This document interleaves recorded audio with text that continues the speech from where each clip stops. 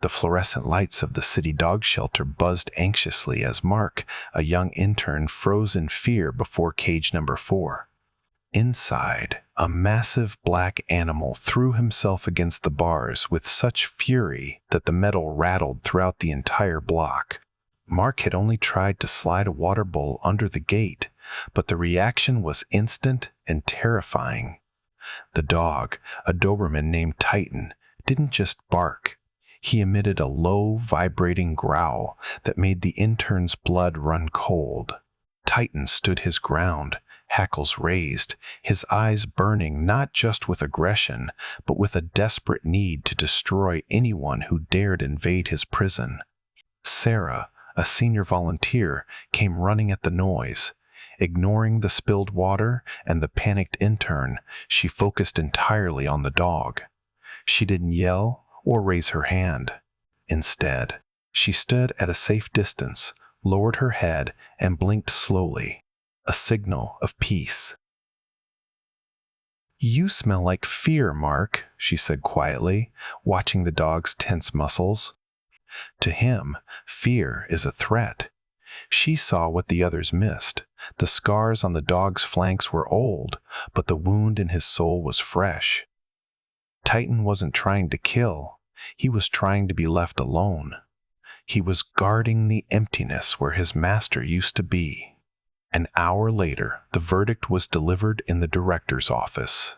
Mr. Henderson slammed a file onto his desk, the sound of the heavy stamp echoing like a gunshot.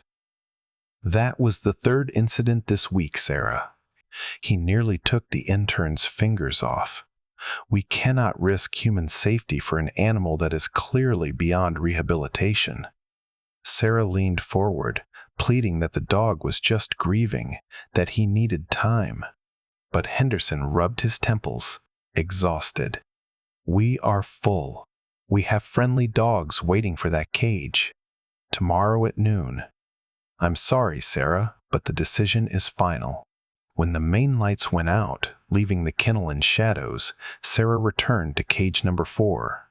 With trembling hands, she hung a red plastic clipboard on the bars, the black mark of euthanasia. She sat down on the cold concrete across the hall, whispering an apology into the dark. Titan didn't answer. He didn't touch his food. Instead, he performed a strange, heartbreaking ritual. He walked to the far right corner of his cage, lay down on the hard floor, and pressed his nose firmly against the metal bars. He froze like a statue. In the silence of the shelter, he wasn't sleeping. He was listening, straining to hear something in the void that human ears could not detect. The next morning began with the usual chaos: 50 dogs barking, begging for attention, a chorus of hope.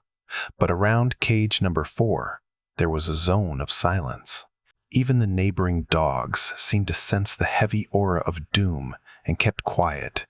Sarah walked down the aisle with the food cart, mechanically dispensing kibble, but her eyes were fixed on the red tag at the end of the hall. Titan didn't come to the gate. He lay with his back to the world, his ribs rising and falling slowly. Food didn't interest him. Survival didn't interest him. He was saving his energy for something else.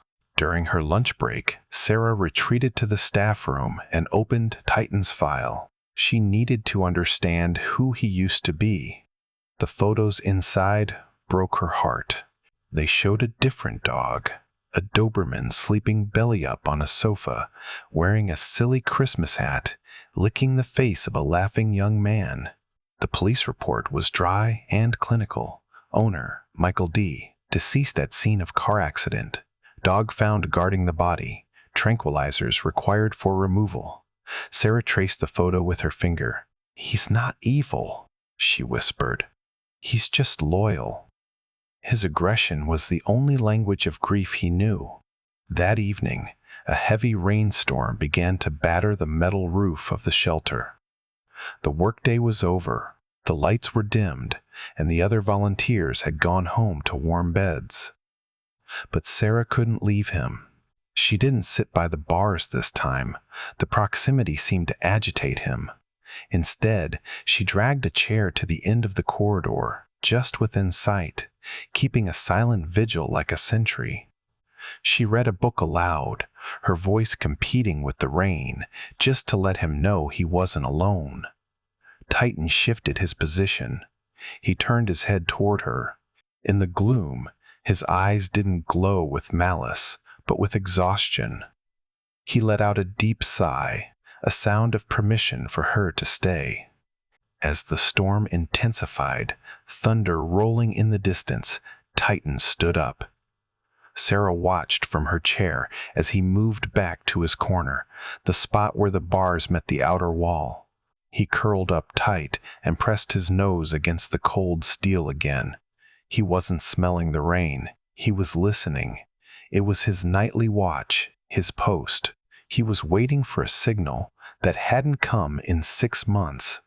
But his loyalty wouldn't let him stop listening, even just hours before the end. As Titan closed his eyes against the cold metal, the gray concrete of the shelter seemed to dissolve, replaced by the warm, green grass of a summer memory. The world was suddenly bright and loud. It was a city park 6 months ago. Michael, 25 years old and full of life, was laughing as he threw a bright orange tennis ball. "Get it, Titan. Show 'em how it's done," he shouted. The dog launched himself like a black lightning bolt, muscles rippling, free of leashes and cages. When Titan returned with the prize, Michael didn't just pat his head. He knelt down, wrapped his arms around the dog's thick neck, and pressed his ear to the dog's side. "You're my heart, buddy," Michael whispered. Titan could smell him, cologne, sweat, and love. Everything was perfect. Then the memory shifted. The park vanished, replaced by the interior of a car. Rain lashed the windshield. Wipers danced a frantic rhythm. Michael was singing along to the radio, his hand absent-mindedly scratching Titan's ear. Suddenly, brake lights, a blinding flash, and a deafening crash that turned the universe upside down. When the spinning stopped, there was silence. A terrible, ringing silence.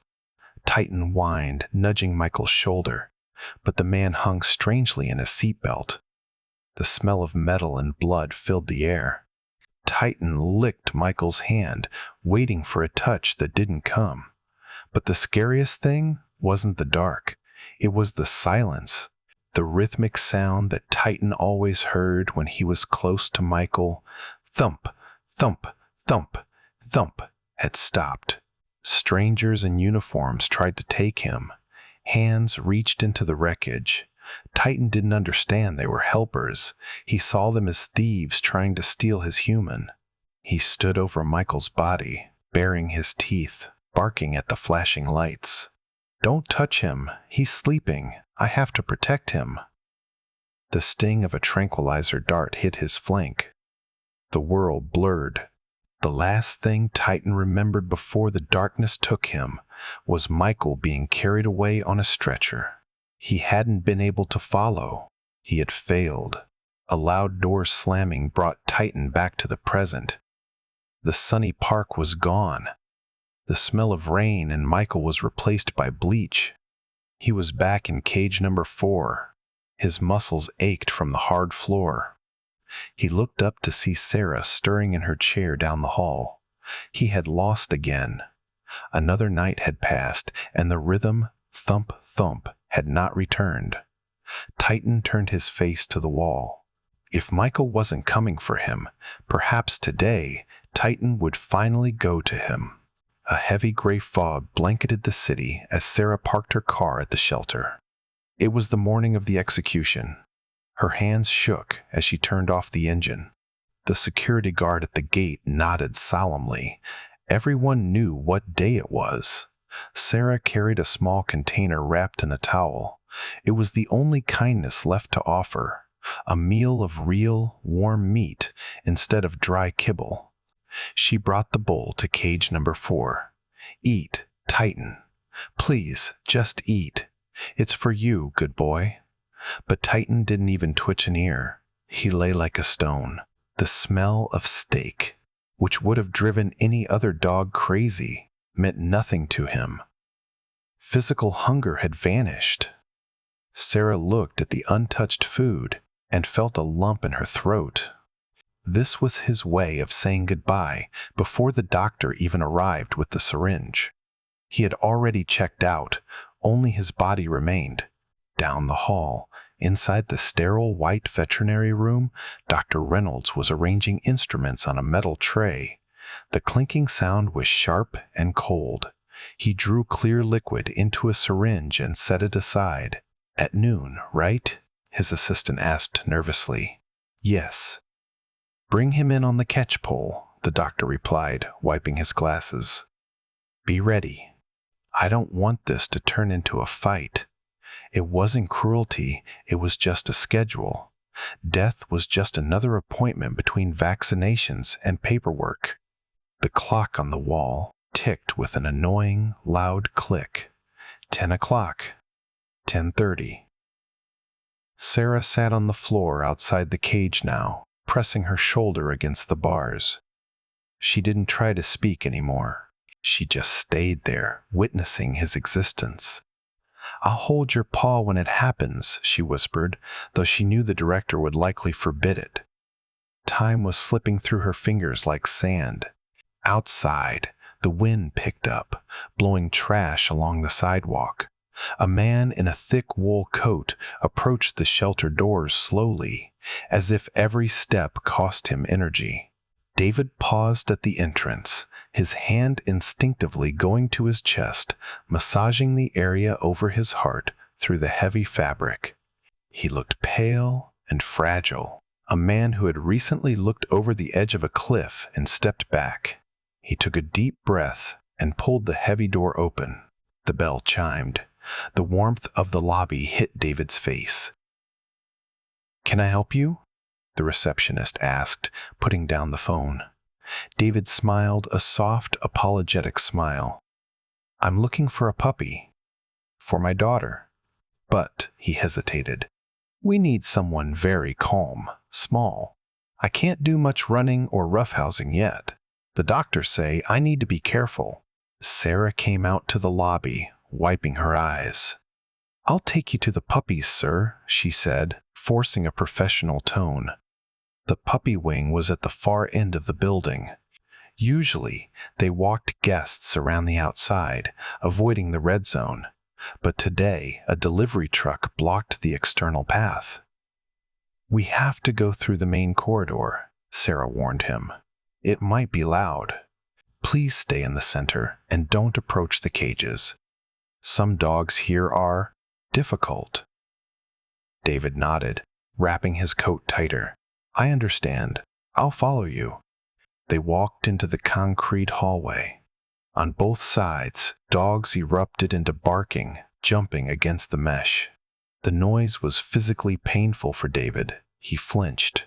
Sarah walked quickly, wanting to get past the dangerous dogs as fast as possible.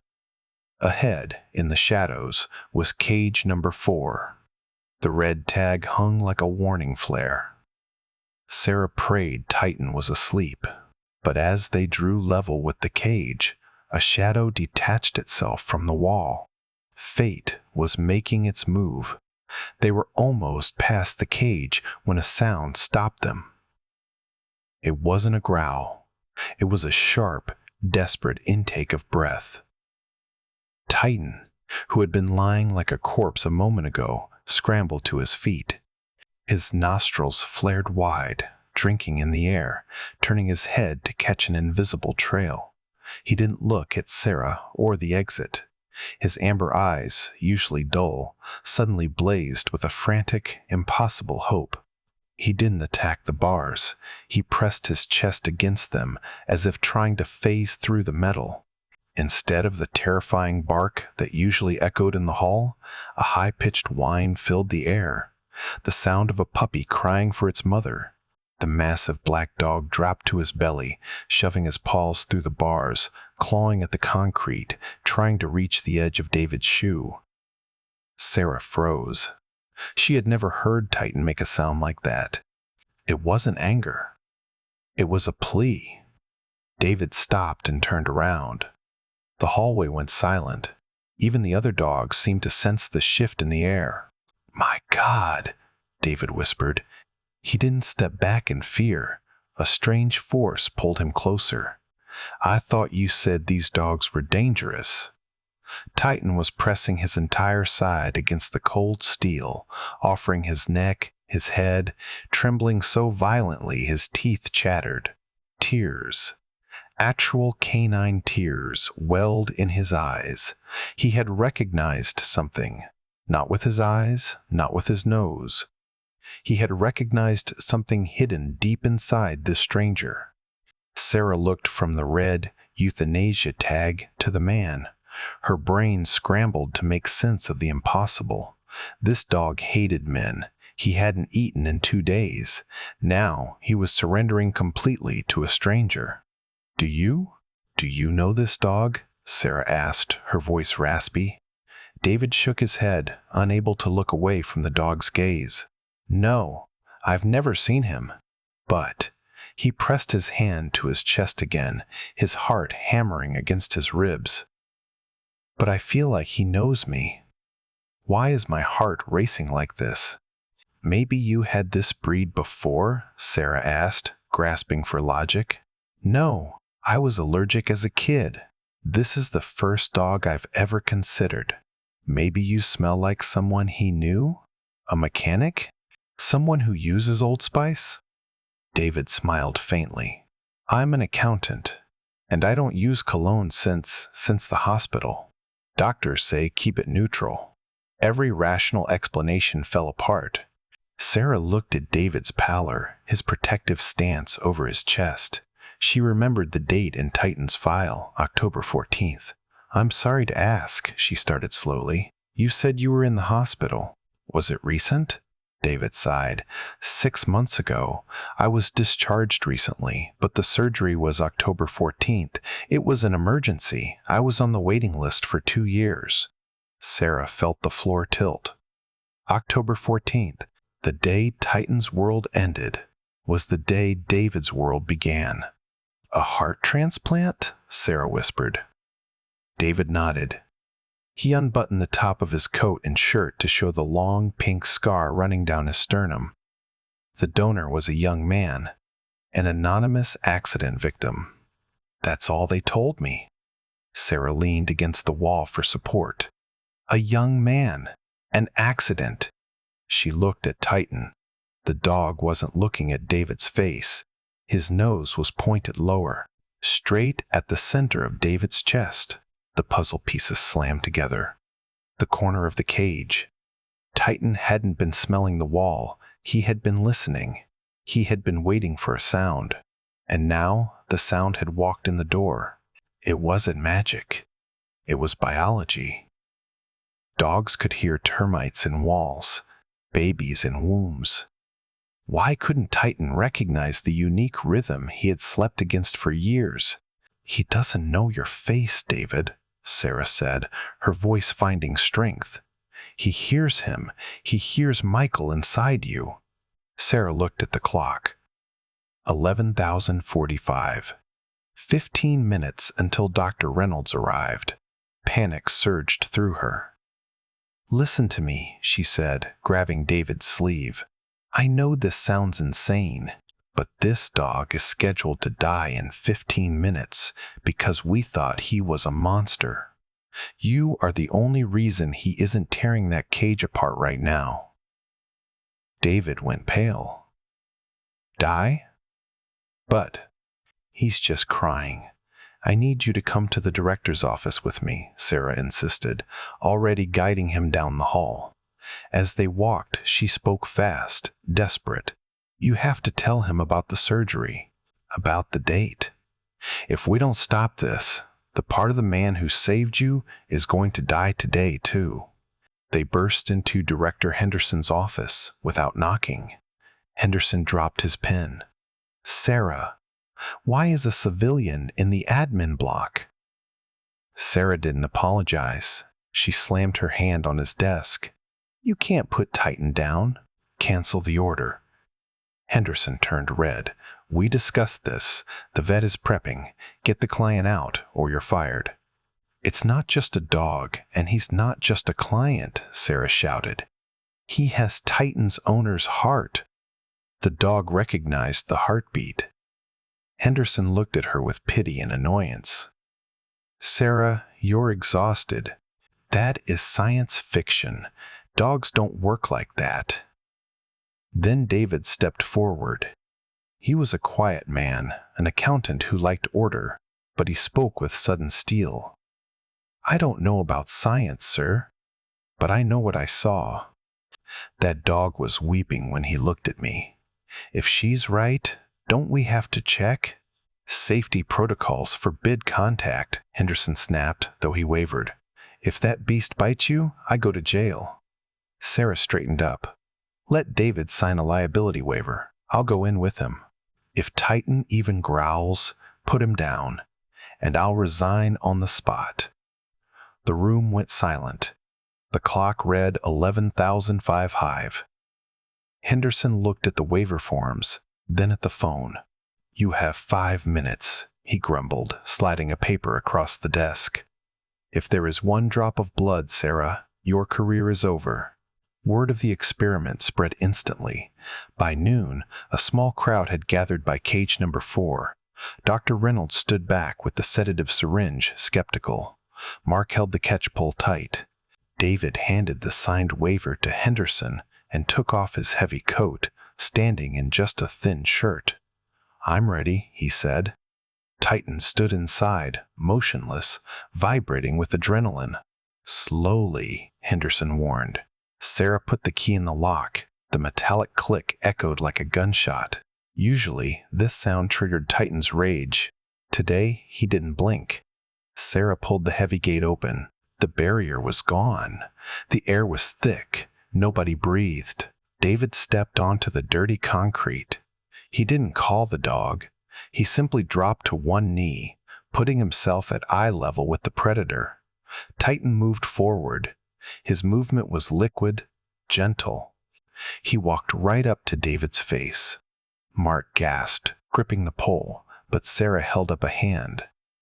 Titan sniffed David's cheek, his neck, and then, with a heavy, shuddering sigh that seemed to expel months of pain, he lowered his massive head. He placed it gently against the center of David's chest. Titan closed his eyes, his ear pressed against the shirt, right over the scar. Thump, thump, thump, thump. The lost rhythm returned. The tension that had held the dog's body rigid for 6 months evaporated. He melted against the man, leaning his full weight on him. David, tears streaming down his face, wrapped his arms around the dog's thick neck, burying his fingers in the black fur. I know, buddy, he whispered into the silence. I missed you too. Dr. Reynolds slowly lowered the syringe into his pocket. Henderson took off his glasses and wiped his eyes. There was no monster in cage number 4, just 2 survivors who had found each other. An hour later, the mood in the reception area was light, like the relief after a storm. Henderson brought the adoption papers himself. What name should I put? He asked David. Titan? David looked at the dog sitting at his feet, gazing up at him with adoration. No, David said softly. Michael called him Titan because he was a protector. I need a friend. Let's call him Lucky, because we both are. The stamp adopted slammed down, covering the red death order forever. In the parking lot, Sarah watched them load up. Lucky hopped into the back seat of David's car as if he had done it 1,000 times, immediately resting his chin on the windowsill to smell the wind. Thank you, David said. You saved us both. Sarah shook her head. I just listened. Sometimes you just have to shut up and listen to those who don't have words. She patted Lucky's head. Take care of that heart, boy. It belongs to both of you now." When the car pulled up to David's driveway, his daughter Sophie ran out. "Daddy got a puppy," she cheered, then stopped as the giant black beast climbed out. David's wife gasped. "David? You said small and calm." David smiled and signaled Lucky. The dog approached the little girl with the gentleness of a bomb disposal expert. He sniffed her hand and licked her fingers. "He's not small," David said, hugging his wife, "but he has the biggest heart in the world, literally." Night fell over the house. In the bedroom, the only sound was the ticking clock. David slept a deep, healing sleep. On the rug beside the bed, Lucky lay with his head on David's slippers. No more cages, no more concrete, no more silence. In his sleep, the dog's ear twitched as he heard David turn over. The rhythm was there. Thump, thump. Lucky sighed and drifted into a dreamless sleep, knowing that when the sun rose, the ball would fly again, and life, against all odds, would go on.